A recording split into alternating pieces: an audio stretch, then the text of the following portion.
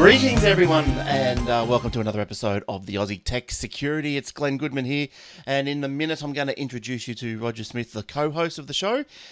We are brought to you by athwebhosting.com.au for all your hosting web page needs, and we're going to talk a little bit about web pages today, so stay tuned.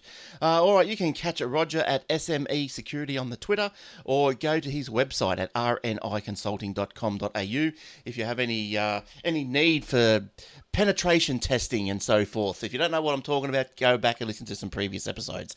Or you can get his webpage at rogersmith.com.au/Roger. So let's introduce the man that we've just been speaking so highly about. It's Roger. How you doing, Roger? Oh, yeah, I was going to say, wow, what is going on? I know, it was a bit more professional than past episodes. By a little bit. All right, how you been since the last time we spoke? Good? I have been very good. I've been struggling with a client and their Exchange server, but nothing serious. Oh, the good old Exchange servers, which I know nothing about. All right. Yeah, they're a wonderful product when they don't work.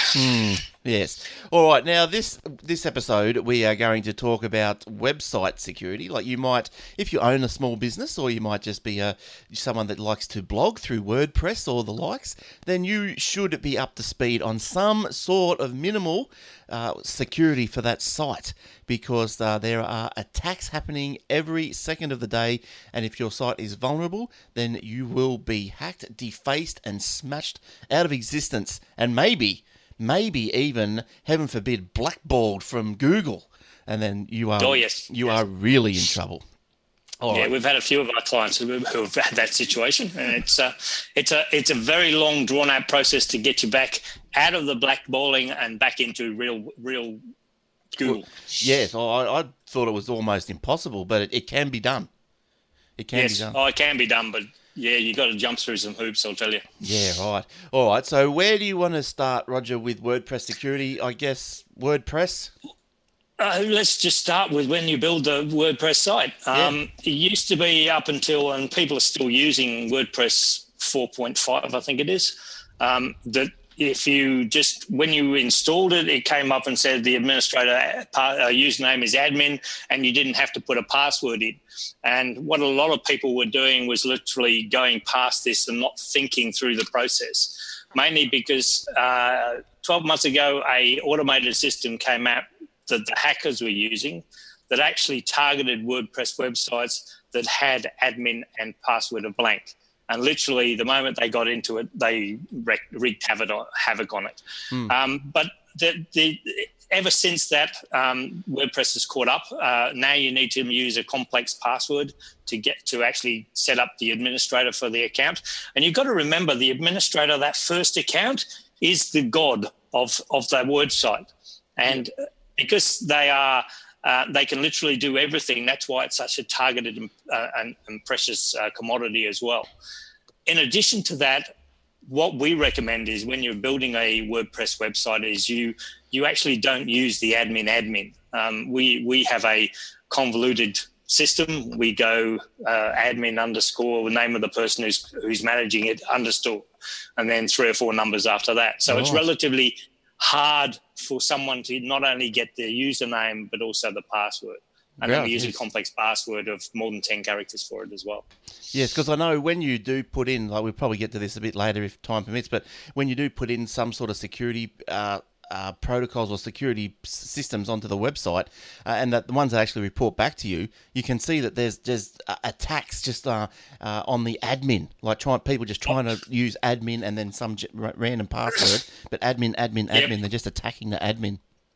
We've got a website called Security Policy Training, which is literally it's a 10-module course that we do just to educate people. That gets brute forced about once every week, and we get the last time it happened, which was Sunday. We had 190 emails from the site saying we're being under brute force attack again. So the brute force, say in your situation, because most of the time, people, the bots just go around the internet just trying to break into your site, and it's not particularly targeted. But are you saying that your particular site might be targeted, or is it just a random bot?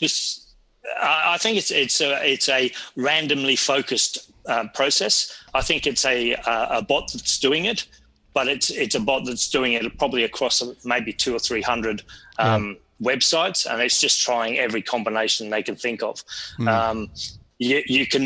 know it's a not a very well educated hacker because of some of the usernames and passwords that they're throwing at the system, and you also know it's not a proper user, a proper hacker, because they don't mask anything of what they're doing as well. So in other words, it's an automated system being run by someone who's not au fait on the system they're using, and maybe they don't know how to set it up. They don't know how to use the system itself. Yeah. Okay. Right. So, okay. So then passwords. I think we've done to death passwords. You should have a strong password. And like Roger said in previous episodes, you have instead of a word as a password, have like "I love going to the beach on Sundays," and then no one's going to hack that. Yes, with a number and exclamation marks and all that sort of stuff. Yeah, yeah. All right, and then so I think like admin is the one that gets hacked the most. Then as it goes down, well, then if they've got to guess both. They've got to guess the admin and the password. Yeah, they've got to get both the username and the password, and that means that you've got to have a two-pronged attack. The other thing is, if you can afford it, if you've got a website, and most people don't do this, is get a secure certificate for it as well, which means that when you are actually getting into the WordPress backend, everything that you are doing is encrypted at that level. So information is not being passed backwards and forwards, and also the username on the website itself, as in where it's stored on the website so it can actually let you in, that's also encrypted as well. And now we've got a product that we can use on a website that will actually tell us what the usernames are. And that's one of the reasons why you need to put a certificate in place if you can. Yeah, because I think that when you can search, like if you can get access to the database, you can see the username, but you can't see the password. It's hashed or something or other. And apparently they're not reversible. You can't put the hash into a program and reverse that back out. So no, that's right. Well, it depends on if it's encrypted. Yes, they can. No, they can't. If it's encoded, yes, they can. Now, there's a difference between encryption and encoding. Encryption means it's a one key process. Yes. So, in other words, there's a key that you both have access to, and that encrypts all the information. Encoding is where it's actually mixed with a system that everybody has no knowledge about. So if I know what the encoding is, I can run it through a decoder and actually get the password out of it. So there is a very, very fine line between the two. Yeah, another good thing I think would you recommend is I think you can actually change the location of the backend login path. I think you can change that to, like, instead of WP admin, I think you can change it to probably something else. I don't know what. Yeah, you can rename it as long as you know what it is. Yeah, yeah. So how do you know if your site is hacked? Well, there's plenty of other ways. I think that's probably a break-in. If they guess your password, that's a break-in. But hacking can also come in just defacing, can't it? It can just... Well, to get into a website, they've got to find a vulnerability that they can use to actually put in their own information. Now, there's a number of ways they can do this. One is cross-site scripting, which means that I can put information in there and I can actually manipulate the pages on the website itself. Now, if we get to that level, then we've got a very, very big problem. There's also cross-site scripting, which is actually, you know how we have forms on websites? Yeah. Now, there's a process where I can put in a string or a command into one of those forms, and if it's not properly set up properly, that script that I run will actually activate every time someone visits the website. Now, that is a huge problem, because what you're doing is you're actually compromising all of your visitors. Now, if you start compromising your visitors and they find out where they were compromised, one, they're never going to come back to you.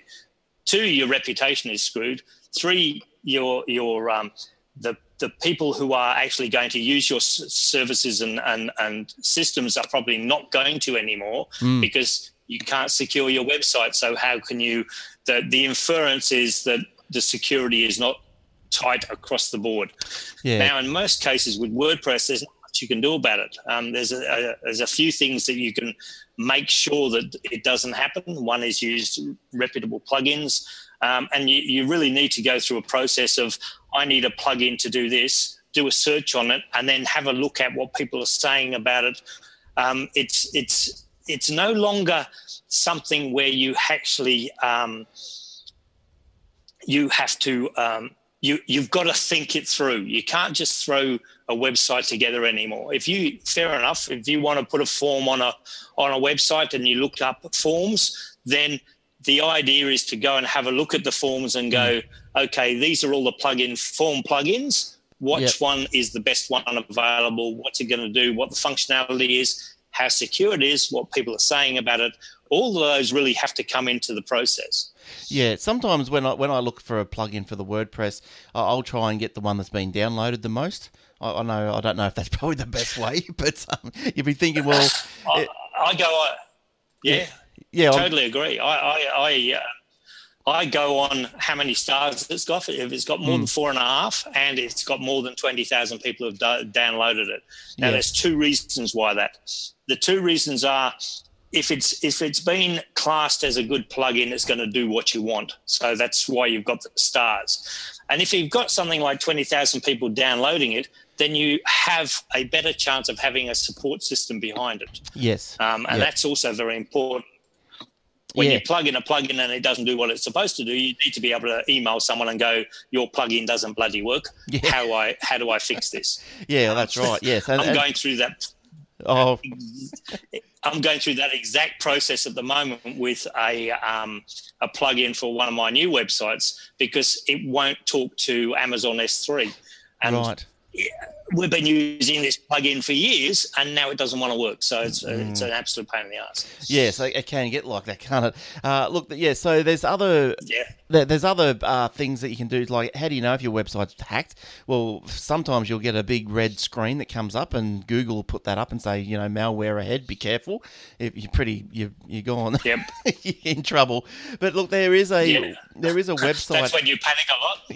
Yes, there is a website out there. Look, people can clean your websites for you if you don't know how. And one of them that I've come out with is quite good is security.net. You heard of those ones, Roger? Yeah. Yeah, we use Security. Yep. Yep, so that seems pretty... SQRI, yeah. Yeah. Now, as a plugin, it's great. There's two things it can do. One is, as I was saying about those emails that I'm getting, Security is the product that does that for us. Right. And I think it's $40 a year, and you get 5 licenses for 5 websites. Well worth the investment, because not only does it do the auditing and monitoring of your website, if something does get through, then all you have to do is send them an email, and they actually come in on their plugin and actually clean it for you. Right. So it's gone up. Yeah, I thought it was a bit more than the $40 as well. But I thought, well, then maybe that's a plugin. There might be a difference between the plugin and the actual clean up process. I don't know, but look, it could be. I use the Security mainly. There's a site search, and you can check your site for free, and you can just punch your site URL in, and it'll tell you if there's any issues, and if there are, you better go and try and sort them out. But other than that, I think a WordPress plugin that I use, which seems to be pretty good, is what I've just thrown up just there before, is WordFence. Have you heard of that one, Roger? Yeah, I have actually. Yes. We had a client who was using it. Like it? Had to play with it. So yeah, did you another one that's very good as well. Oh, okay, yeah. So look, I did actually. Yeah, look, the WordFence is that sends you some emails every day, and all this sort of stuff tells you what the problem is. One of the problems that I've found that sometimes that I get on a couple of my sites is that you might get an email from the host or whatever saying, "Hey, you using maxing out your CPU, maxing out all your resources. What's going on?" Because if you max out your resources of the server that you sit on, well, they're going to boot you off because you're impacting other sites on that server, and and so this WordFence kept emailing me saying, "Hey, listen, you're getting this IP address is trying to do things into your, puts things into your code, into your site." And so I know, rightly or wrongly, I'll just block that IP, and things seem to settle down. Yeah. So that's probably you just block it in the cPanel. I guess there's probably a spot Yeah. in the word fence somewhere or somewhere else. But yeah, just block it from the host if you can, and then that sort of sorted me out a few times. Yeah, because Yeah. Yeah. Totally agree. other probably issues that you get is defacing. Like they get in there, they just change some code, and maybe they put sleeper code in there that activates after 10 weeks or whatever, and then by that time, all your backups have all been backed up, including all the bad code, and then you're screwed as well. So you always should have a clean backup, and I think just put in a plugin. I think that's about the best idea. Yeah, strong username, password, and plugins. That's about as much as you can do, isn't it? I think. There are other ways they get in. They get in through things like unqualified themes is another one. So you've also got to be, once again, you've got to think like the bad guys. If there's a site that sounds and looks the same as the site that it's supposed to look like, and they're very good at doing this, and they have the capability of actually creating themes or plugins that look exactly the same. Fair enough, WordPress has gone out of its way to make sure that the information within their boundaries is relatively secure. So you have to actually go through a process to be able to upload into their repository, so that when you do that search for a plugin, it looks at the repository first. You can upload a plugin from anywhere, as long as you know what you're doing. But again, it's a case of making sure that plugin is well known, it's secure as well. Yeah, that's right. And I think that's the other most important thing. Keep the WordPress core up to date when that comes out, and also the plugins. Yes. Because like, I've got other software, not so much WordPress that I've seen, but I've got this other software on the internet that people can sign up to, and put their name and address, and so it's a sign-up process. And the problem with that is I see every now and again the scripts will come in and try and log in, but instead of putting a username in, they're putting in like SQL code. And if your site is not secure enough, well, that SQL code that they're putting in as a first name or last name or address, that apparently can actually weave its way into the system and give them access to what they need. So, and the only way to get to confront that is to update. Yep. Yeah, one of the things that we do with the undergrads is we go through a process of showing them how this happens. And with SQL, it's relatively easy. If you can compromise a website, you can compromise the SQL at the back end. Now, the reason why that is because of the way the internet is set up. The SQL database and the website are trusted environments. So if I put something into the website that is trusted by the system and it passes that information back to the SQL database, then the information from that database is actually going to display on the website. Now, if I can do that, it means that I can then take it to the next level, which is compromise your website. And it's an SQL injection is not that hard to do. It really isn't. Right. And that's one of the reasons why you just got to be very aware of why there are a number of things that you need to do when you're setting up, again, going back to WordPress, setting up the databases themselves. They automatically populate themselves with WP something long list of numbers. So most people will target that, and it's relatively easy to do. So the idea, once again, is to create a standard for yourself, and that's how you set up your WordPress databases as well. Yeah, so look, to thank goodness I haven't had too many issues of late with things like that. I just keep everything up to date as soon as it comes in. I think if I do get issues, look, you can also get issues like if your computer is infected with a virus, so say just a normal, say, terrestrial virus, then I think it can also, if you start... Well, things are in the cloud, aren't they? So you got your cloud virus, you got terrestrial virus. Well, this is true, yes. So you got a terrestrial virus on your computer, then you logging into your website, and then sometimes the little nasties on your computer find their way up into your website, and that also is how things can be infected up there. Do we... Well, yeah...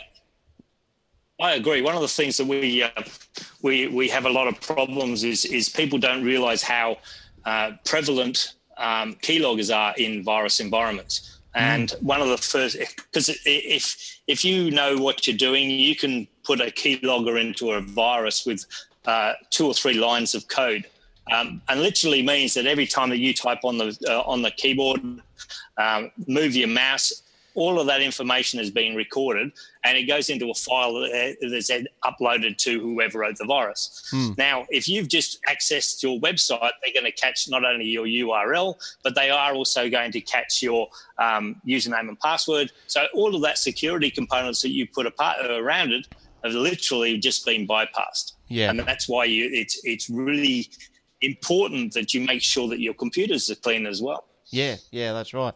And I think, so if you do get a virus, you can be in some trouble. Sometimes the easiest way is just to restore from a backup if you can. But is cleaning the site, is that a topic for another show, Roger, or can we squeeze that one in? I think cleaning the site. Yeah, I think we can. I think it's something that's going to take more than 5 minutes to talk about. All right, because it is a complex process that you really need to. You need to follow certain things through, because it's no use cleaning a website and then having it reinfected straight after you've cleaned it. Yes, that's right. And I think, look, you can get plugins that can help you do that sort of stuff. Well, from the start, I think you can get plugins like it'll tell you what files have been changed every day, if you want to go to that length, so you can go, why is that file being changed? And you can look into it. But other than that, I think you just follow what we've said. Clean computer, good admin username and password, updated plugins, core and themes, which is probably a big one. Free themes, some of them are probably free for a reason.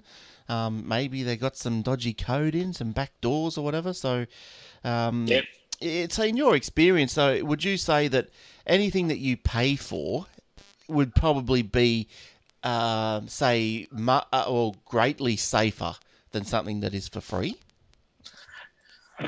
Yes, I'm a great believer in, if you pay for something, it means that they're in a situation where they monetize their products, which means that they've actually thought about things like security, convenience, use of the system as well. So when you get to that stage, and if they're only asking $10 a year or just $10 to download it, in most cases that's something well worth looking at. Especially when it comes to themes. I think you can actually go onto a website and pay $60 for 2,500 themes, and most of them are top quality, responsive, the whole bit that makes WordPress such a product that it is. And it's well worth the investment, because it means that if you're like me and you do websites and you have an idea that you want to do a product that you want to do a website for, then you don't have to stuff around with finding out whether that's free or not. That's not free, and we've got a standard that we put onto most of our websites until we get to the stage of what do we want this website to do. Whether it's a membership website, maybe it's going to be a training website.